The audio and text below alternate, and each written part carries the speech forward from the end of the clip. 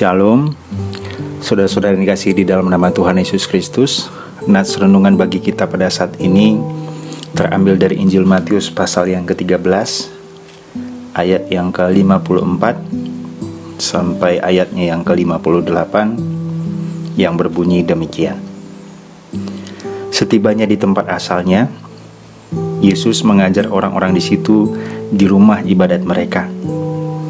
Maka takjublah mereka dan berkata, "Dari mana diperolehnya hikmat itu dan kuasa untuk mengadakan mukjizat-mukjizat itu? Bukankah ia ini anak tukang kayu?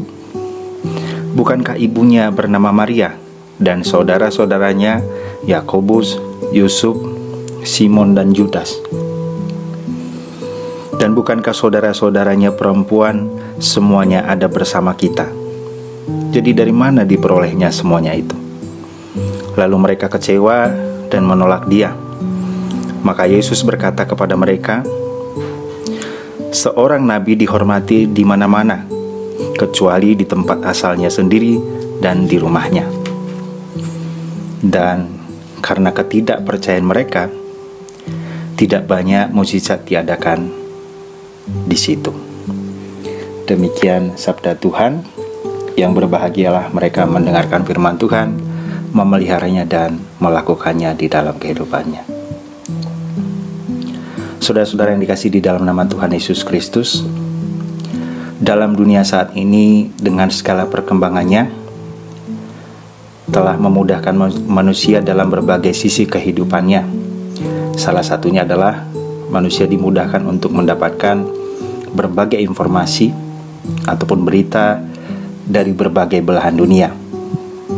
Sebagian orang cenderung ingin mendapatkan berita-berita yang baru atau juga hal-hal yang trending maupun viral pada saat ini.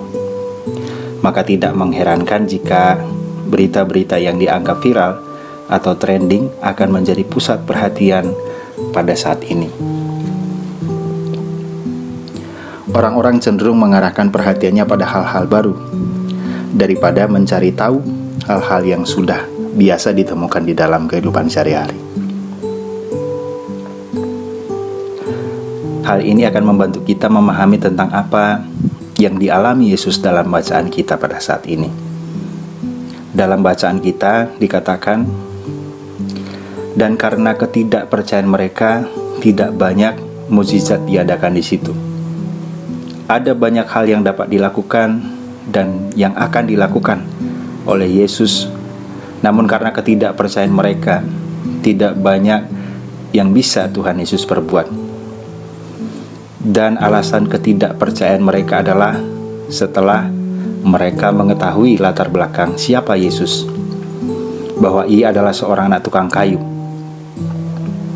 Walaupun mulanya mereka takjub karena hikmat dan mukjizat yang telah dibuatnya, namun ketakjuban berubah menjadi kekecewaan dan ketidakpercayaan.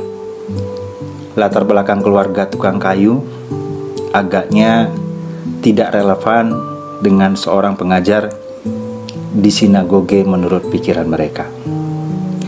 Tanggapan Yesus atas penolakan orang Nazaret itu dikatakan, "Seorang nabi dihormati di mana-mana, kecuali di tempat asalnya sendiri dan di rumahnya." Mengapa Yesus berkata demikian? Orang Nazaret menolak Yesus karena melihat sisi luar atau yang kelihatan bahwa Yesus bukanlah siapa-siapa. Dia hanya seorang anak yang sudah biasa dilihat sejak kecil, sehingga apapun yang diperbuat Yesus tidak dapat mereka terima. Jika mendalami bacaan kita, ada beberapa hal yang bisa kita renungkan tentang penerimaan kita pada Yesus sebagai Tuhan dalam konteks pengaplikasian iman kita sehari-hari. Kita bisa terjebak pada sikap yang ditunjukkan oleh orang Nazaret itu. Sadar atau kita tidak menyadari bahwa iman kita bisa mati manakala kekristenan kita sudah menjadi suatu kebiasaan. Kita terjebak pada kekristenan yang formalitas. Walaupun kita berdoa, menyanyikan kidung pujian, beribadah, namun semuanya itu berjalan tanpa makna. tanpa makna yang berarti bagi pertumbuhan iman kita. Karena kita melakukan semua itu hanya sebatas syarat saja. Demikian juga ketika kita menghadapi kenyataan hidup, kita bisa saja kecewa atau bahkan tidak memiliki iman kepada Tuhan sebagaimana orang Nazaret tersebut. Walaupun Yesus telah memperlihatkan hikmat dan mukjizat-Nya, namun mereka akhirnya tidak percaya, sebab imajinasi dan pandangan mereka tentang utusan Tuhan sangat jauh dari keberadaan Yesus. Kita juga bisa kecewa dan tidak mempercayai Tuhan, manakala kita memaksakan keinginan kita untuk dinyatakan kepada Tuhan.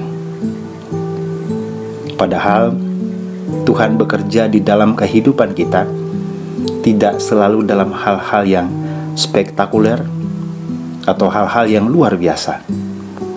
Tuhan bekerja di dalam kehidupan kita tidak harus dengan kejadian yang spektakuler, namun dalam hal-hal yang sederhana di keseharian kita, Tuhan tetap menyatakan karyanya dalam hidup kita. Tuhan tidak pernah berhenti berkarya dan bekerja dalam kehidupan kita. Namun terkadang kita yang justru membatasi Tuhan untuk bekerja di dalam kehidupan kita, karena kita tidak mengandalkan iman dalam menghadapi kenyataan hidup ini. Seseorang bisa saja berdoa, tetapi doanya bukan dari iman, tetapi karena formalitas. Demikian juga ketika beribadah, bukan dari imannya, tetapi hanya karena formalitas semata. Ketika semuanya terjebak dalam formalitas, maka akan dapat mengakibatkan semua berjalan tanpa makna. Bagaimana dengan kehidupan kita sebagai orang Kristen saat ini?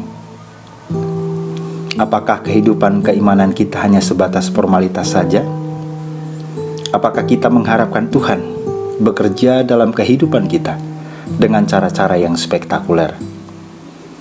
Atau kita memaknai karya Tuhan dalam hal-hal sederhana yang terjadi dalam kehidupan kita, yang kita syukuri dan kita aminkan di dalam kehidupan kita?